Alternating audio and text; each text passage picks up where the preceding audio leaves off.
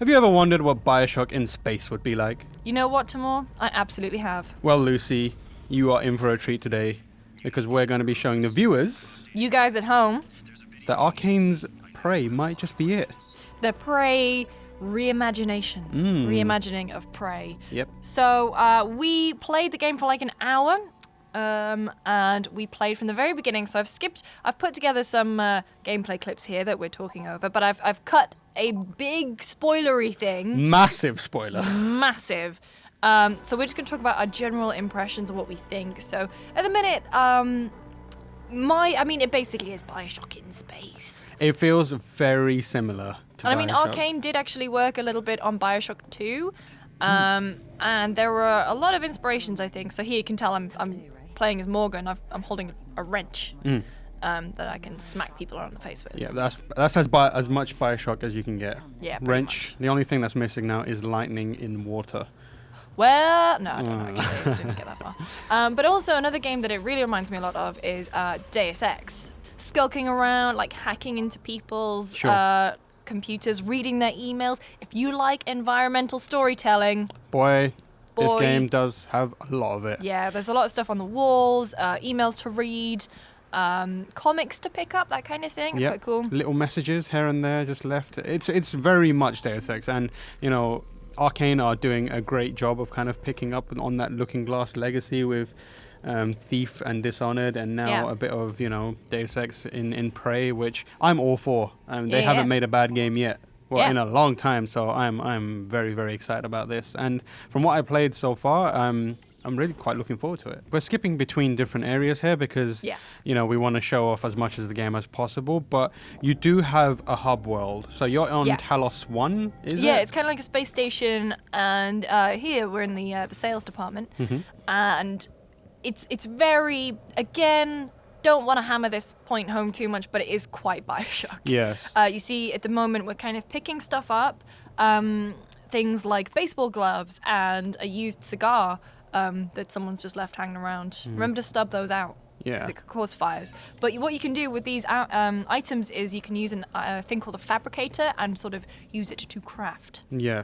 And so, you're seeing stuff here, it is giving you the options of navigating environments in various different ways. So because we weren't able to get through that door with the passcode or the ID card, we've actually noticed that there's a pipe that goes above. I never saw that the first time. No, and when you say noticed, you mean... We're told that there's a pipe. Yeah. Because they were fed up of us just hovering around that door. Just walking around that door and just being like, why? Why can't I get in? So it is giving you a lot of options. Again, Right. Deus Ex. Watch this, okay? Look, 2 bins. Yeah, Why have this you got is 2 really- bins in a bathroom? So that's what this game is about. These mimic aliens. These so little buggers. They're like little skittering spiders that I found to be quite...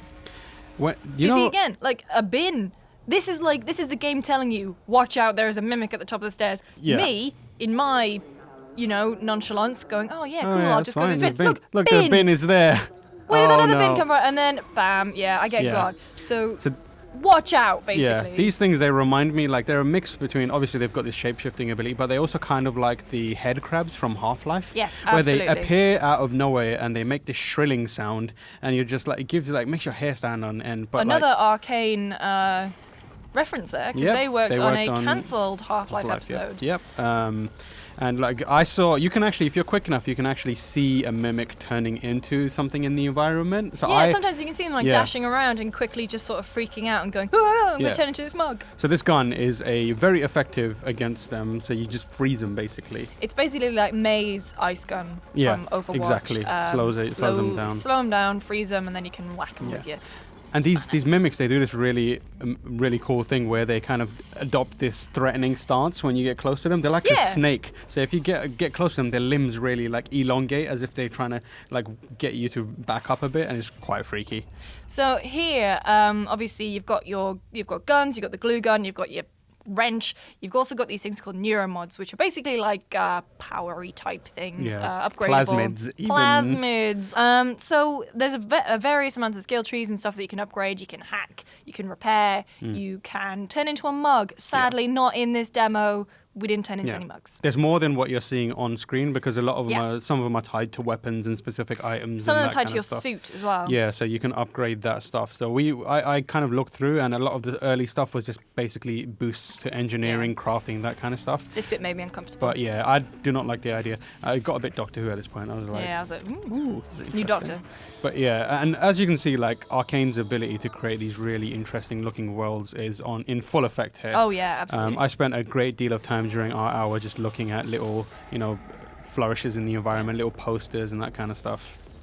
So here I've activated my neuromod, which is basically, I've gone a bit bullet time, I've gone a bit max pain, slow down time to deal with this gang of mimics, and then I give up and hit them with my wrench. The bullets are not like in abundance in this game. Like I found that it does control how much ammo you have, and partly because they want you to kind of experiment with a lot more weaponry than just. They don't want you to find your favorite and keep it. They want you to kind of feel like you're kind of just getting by on what you have.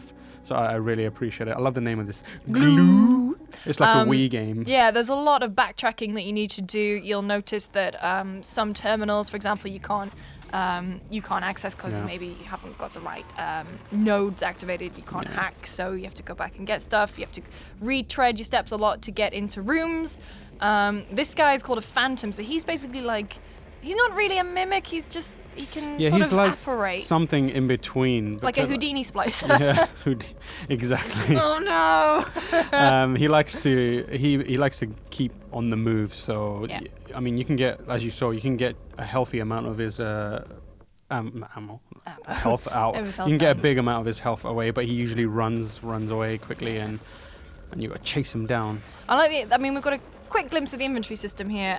It's quite like, it reminds me a lot of Resident Evil. So the limited amount of space, and you have to do some hot inventory management to make sure that you can pick up everything that you need. You can also auto arrange it, and it will just move everything around on its own. But where's the fun in that? I want to Marie Kondo my inventory.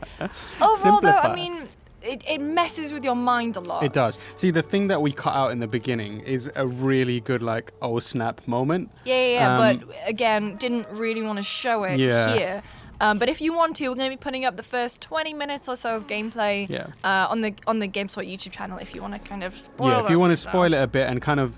But I feel like it's a good kind of setting. It sets the kind of tone of the game, because you see that and you're like, oh, so that's what they're going for here. I understand, and I anticipate there's going to be a few more twists and turns, so I imagine that's the least surprising twist of the game. So I definitely recommend checking out that video. So we got a bunch more stuff going up about Prey on GameSpot.com and on YouTube.com/GameSpot. Make sure to throw us a like and a subscribe while you're there if you haven't already.